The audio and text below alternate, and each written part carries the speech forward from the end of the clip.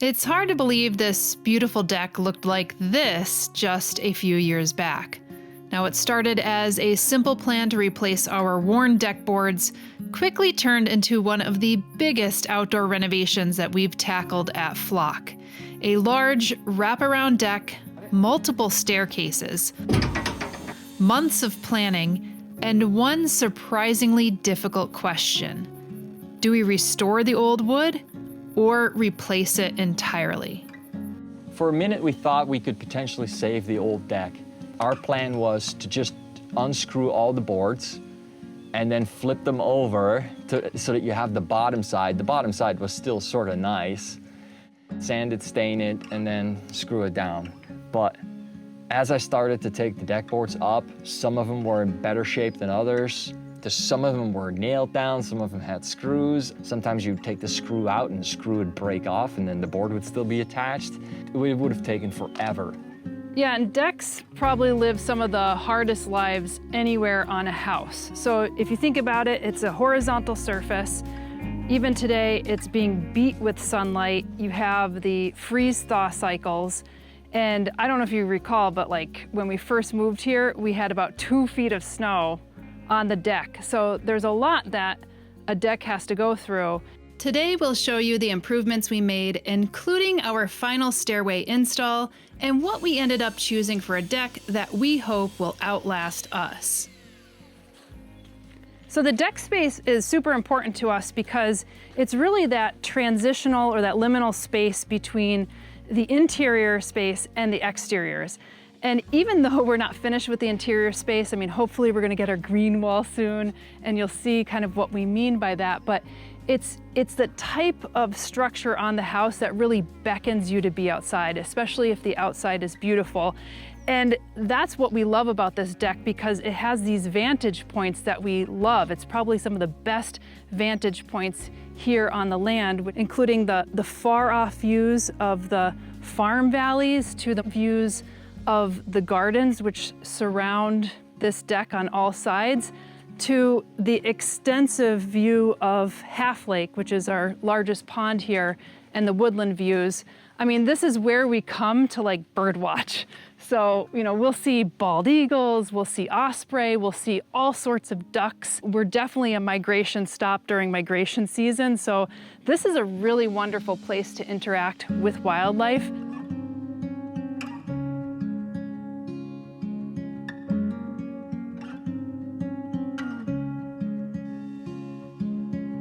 In addition to the garden views, the deck connects many of the rooms in the common house and serves as an inviting space to entertain and to gather. Given the importance of the deck space, replacing it wasn't just going to be another home improvement project. It was one of the most important renovations that we've made.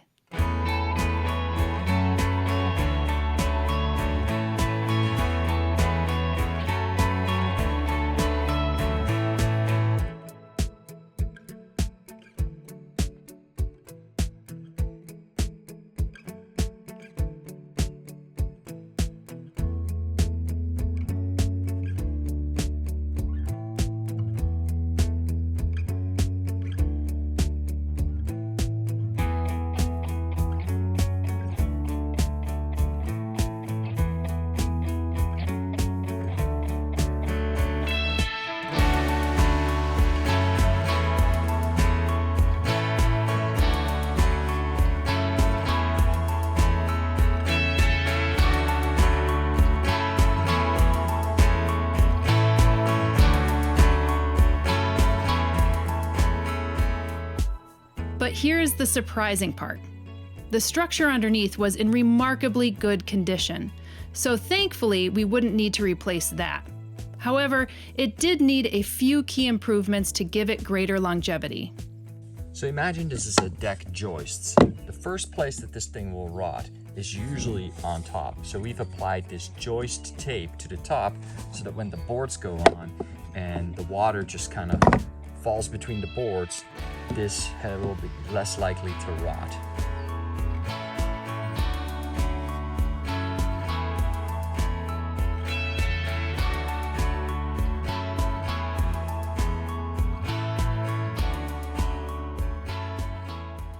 So the way we installed the deck here is we actually have a lot of joints where two boards come together, like these butt joints. And that way, you know, you won't have as much scraps because you can use shorter pieces. But whenever two boards like that come together on one deck joists, you know, they both have to share, and you only get maybe 3/4 of an inch of support.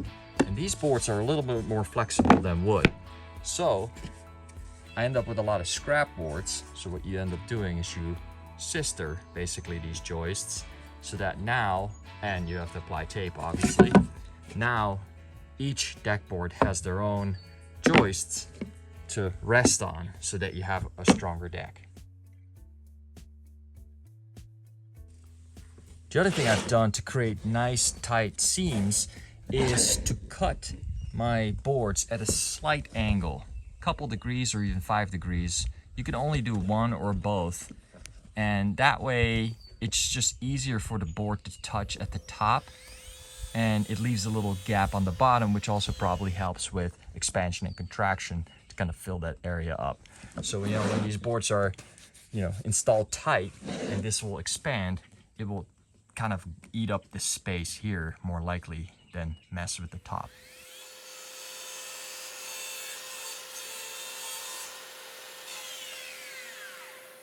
So here underneath the deck, we added these joist hangers to add additional support and make it code compliant to our deck. We don't want a bunch of snow to fall on the deck, which is very heavy, and then these would just come off the house. That would be terrible.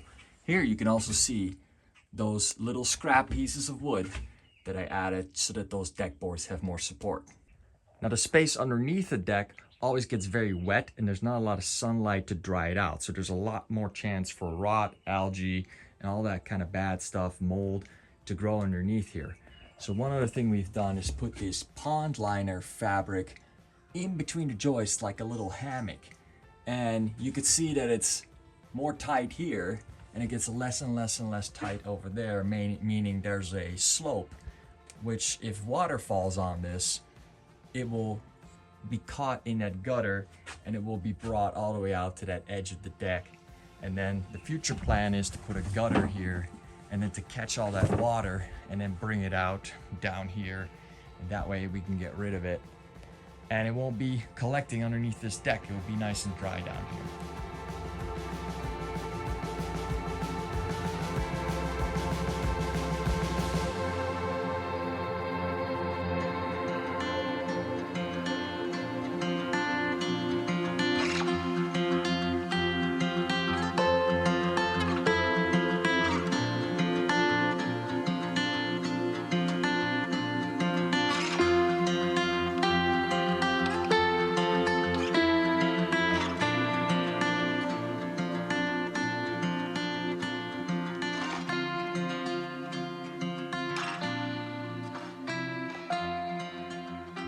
All around the deck underneath, we've added hardware cloth so that there's no animals that can start living underneath the deck or underneath the stairs. Groundhogs, squirrels, bunnies.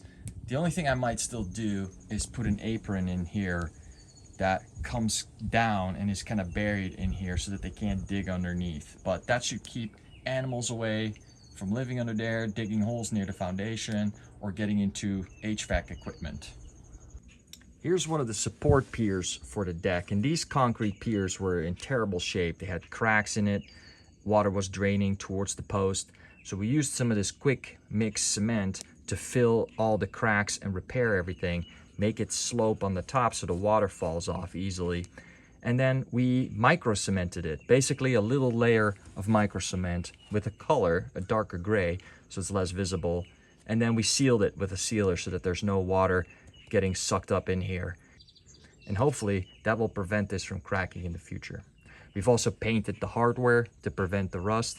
We've also painted the deck to make sure that it lasts longer, but only really the areas that are exposed to the weather, because we want the rest to be able to really dry out well, so we didn't paint those. After we repaired and improved the foundation, we moved on to choosing the deck boards. And we realized we wouldn't just be choosing what the deck looked like today, but how we are going to be maintaining it for years to come.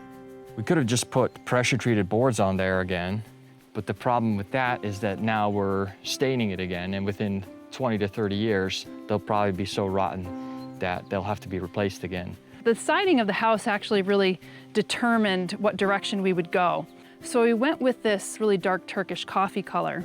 It has a warmth to it though. So when we were looking at the different samples, we found this vintage collection from TimberTech. And it was really between these two colors. I mean, they had all great colorways. But this for us, we were thinking about maybe doing this and having this as the picture frame or the border. But ultimately we went with this mahogany color because it had that kind of warmth, that reddish tone.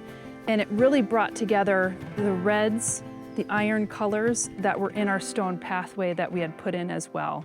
Plus the copper, at least when it's brand new. Right? Yes, and this won't patina for quite some time. I mean, you could see that it's patining with a little bit of black. But even if it does, like when it turns that kind of coppery green or dark brown, it still fits this color palette quite nicely. Absolutely. And this stands out quite a bit too. We want the deck to be more like a visual interest, whereas this would blend in a lot more. Now, many other composite or PVC decking products, they really miss the mark when they are trying to imitate wood. But TimberTech is different. It has a really subtle wood grain. It almost looks like an Ipe board, which Ipe was a consideration of us, but again, from friends, even Ipe, which is a beautiful hardwood, but you still have to stain it and finish it every 2 to 3 years. So if you want to keep it looking nice, you could let it go like a rustic gray, but this house is more modern. Even though it's made with cedar, it's a very modern looking cedar home. It's not one that is a bit more rustic or, you know, Cape Cod-esque or anything of that nature. And you'll see that even in these, there's like a subtle hint of that black. So what's super cool is that we headed to town and we were in a Home Depot and we saw the sales guy from TimberTech. So we went over and talked to him because we had installed this a few years ago now and absolutely love it. So we were chatting with him and we showed him some photos. We were taking photos of it with the gardens and he thought it was absolutely beautiful and we agree. And he's like, hey, do you want to actually partner and share a little story of how the deck turned out? And we were like, absolutely. Yeah, so it was really great to meet the people behind the product and to partner with them and to find out more about the company as well. We were also happy to learn it's made with up to 65% recycled material and manufactured in the USA. And they even have a plant just south of us in Pennsylvania, my home state, which made the choice feel even more personal. We've built this in sections because it's just so much work to do it.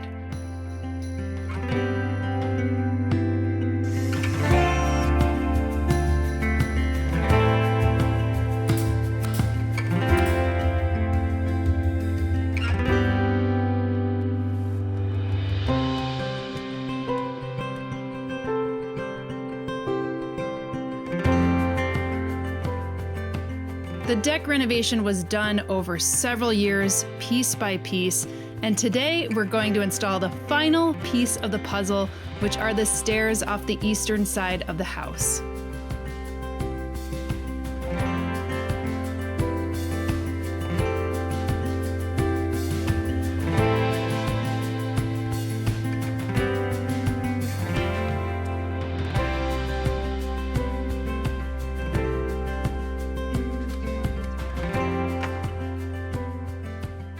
Okay, I got some lumber here. These used to be the old steps. They're 16-foot boards, 12 inches wide. And I think they're still in pretty decent shape. They're maybe a little bit old, but I think these would be perfect boards for creating the steps. And the steps are only 7 to 8 inches tall, so that will be about this much. And then I'll rip the rest into 2x4s. So that we could use those in the rest of the structure, because each of the new deck boards are going to need 2x4s underneath it for support.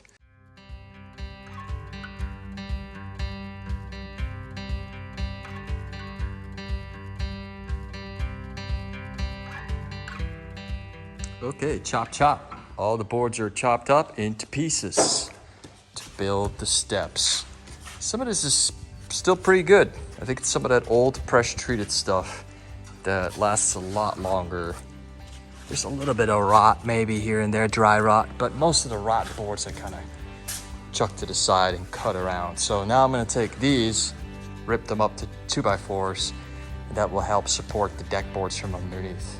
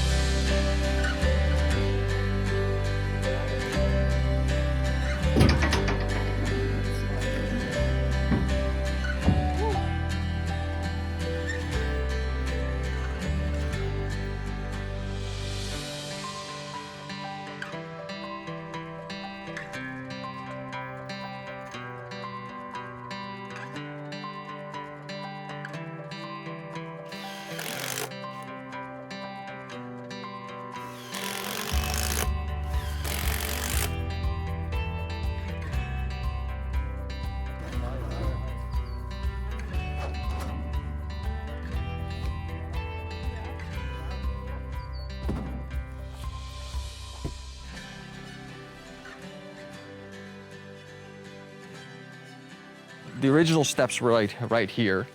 And then this is all garden. This also used to be garden, but we always had a tendency to step off the deck right here and get into the garden. Same here on this side. We wanted to get into the yard here, and we couldn't because these steps weren't here. Amazing to think about it.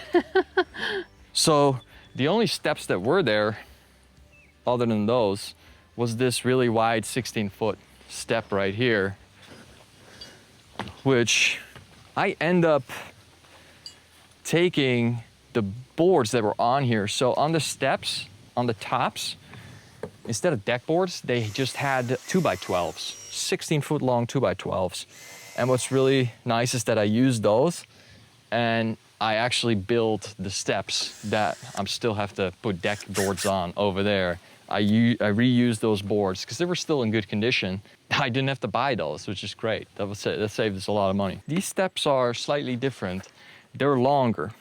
So what we realized is that on the 16-foot wide steps over there, it's really nice to just kind of sit like this on the steps and just look out over the garden. If the steps are only like 2 deck boards wide, that's a very narrow space. So we decided, since we have a lot of depth here to come off of the deck, we decided just to double the space up and use 4 deck boards here. Almost like 2 small decks as opposed to steps. It's like a little bit of a landing, which allows you to also put like planter pots on it. You can sit on it more easily. Today, like right now in the afternoon, it's really nice. You're in the shade, but the rest of the garden is still in the sun, so you can really enjoy the area here. And the shade, that brings me to the installation of this too, is because it's PVC, you kind of want to install it on a cloudy day. Ideally, not too hot outside. Right now it's like a little under 70. And you don't want to install it in bright sunlight because this could expand, and then when you install it, and then it gets cold, it could shrink, and you could have gaps everywhere and things like that. Even though it's maybe only an eighth or a quarter. Even though it's only a little bit. But it might be enough to notice. Yeah, I think it's just a precautionary thing. Like, I haven't seen any of these gaps really open up. I think because they're screwed down, like it's still kind of flexible too. Even though it wants to shrink, it probably can't because of the screws. That's why we're installing it right now, because we have shade. And I calculated that I'll probably need a couple deck boards that have a solid edge. And in the middle here in the field, I'll just use the deck boards that we have that have the groove, because we have more of those. And this is 7 foot wide, and the way to cut them is with a saw that has a very fine tooth blade. So you can see there's a lot of little teeth on this blade. And that makes a really nice clean cut. I actually just tested if my saw is still sharp enough. And you can still see that it's doing a really nice job here. And what I end up doing is, you know, when you cut this, there's a lot of tiny dust particles everywhere. So I end up putting this vacuum cleaner on it just to capture the majority of that dust, because I don't think you want to have a whole bunch of like little particles of PVC floating around everywhere on the property. So this is a really nice way to capture that. This doesn't have to be a powerful vacuum at all. It's just, you know, just something small that just captures the majority of it. And then here are the screws. You can see they're stainless steel, and I think they're coated with something. Oh, nice. And then these are the bits. So it will automatically let go at the right depth when you screw it in. And then I have 1/8 inch spacers for between the deck boards. Consistent spacing, like this. And then we also have those plugs. Look at all of them. Wow. Looks like chicken feed. But yeah, they have an orientation to them. Like you could see there's a certain grain direction in these. Yeah. So you will have to orient it like that and then use a soft hammer to just tap them in. Probably the most tedious part of the whole thing. The tedious, but you don't have to measure out where screw holes go. You can just screw the things in anywhere, and you can put as many screws in as you want. Yeah, as opposed to like, just want to show you the face boards. We used regular wood, and you could see how we lined up the screws here. So here you're kind of spacing it out just so it looks nice. And you know, you have an equal distance apart from each other and a certain amount of distance from the edge. You get such a clean look when you put those plugs in. And it practically makes it disappear. Like, which is great because you could just put a screw like anywhere you want. Like here, for example, I have 2 screws. Oh yeah, look at that. And you know, even if you have a mistake or there's a little blemish in the board or a little dent from a tool, you could just put a screw right there and then put a plug in it, and it kind of makes it disappear. Right. It's really incredible. And I think it's the best way to hold the deck down. Like it's the strongest way to hold the deck down. What's really nice about this too is that once you have this installed, like you can use like a track saw or like a guide rail and just cut all the deck boards in a straight line, which is super satisfying. And you get this really nice clean groove here, which is just, it just looks really perfect. Yeah, it's really sharp. All right, let's get going and build this deck.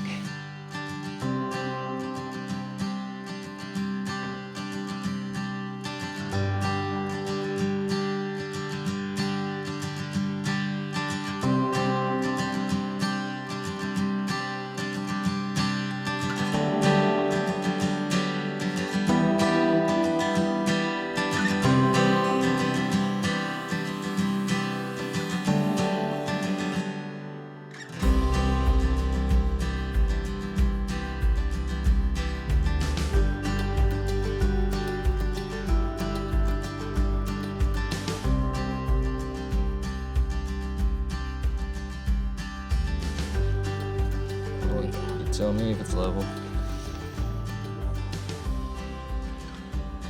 All right, it's done. How long did that take? Maybe an hour and a half, 2 hours? It's got those 2x4s that run along the middle of the board, so it's extra strong. But yeah. And I put in the first board here against the end here. And then I'll line this one up with this one, line this one up with this one, and then put this one in place, get a little demo corner, like a little offcut, to kind of figure out my spacing from this board so that this is at the right distance. Yeah, so I guess we'll clean up next and we'll punch those little circles in there, and then it should be done.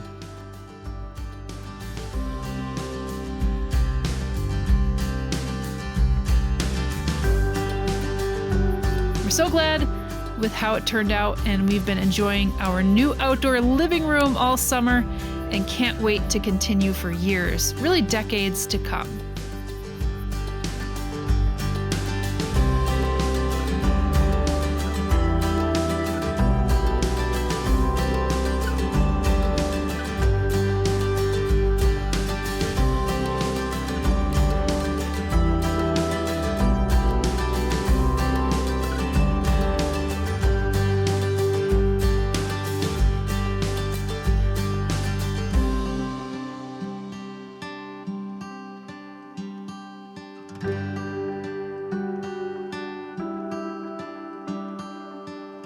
Stay tuned for more exciting renovation and gardening videos here at Flock. And if you like these videos, don't forget to subscribe, like, and hit the notifications button.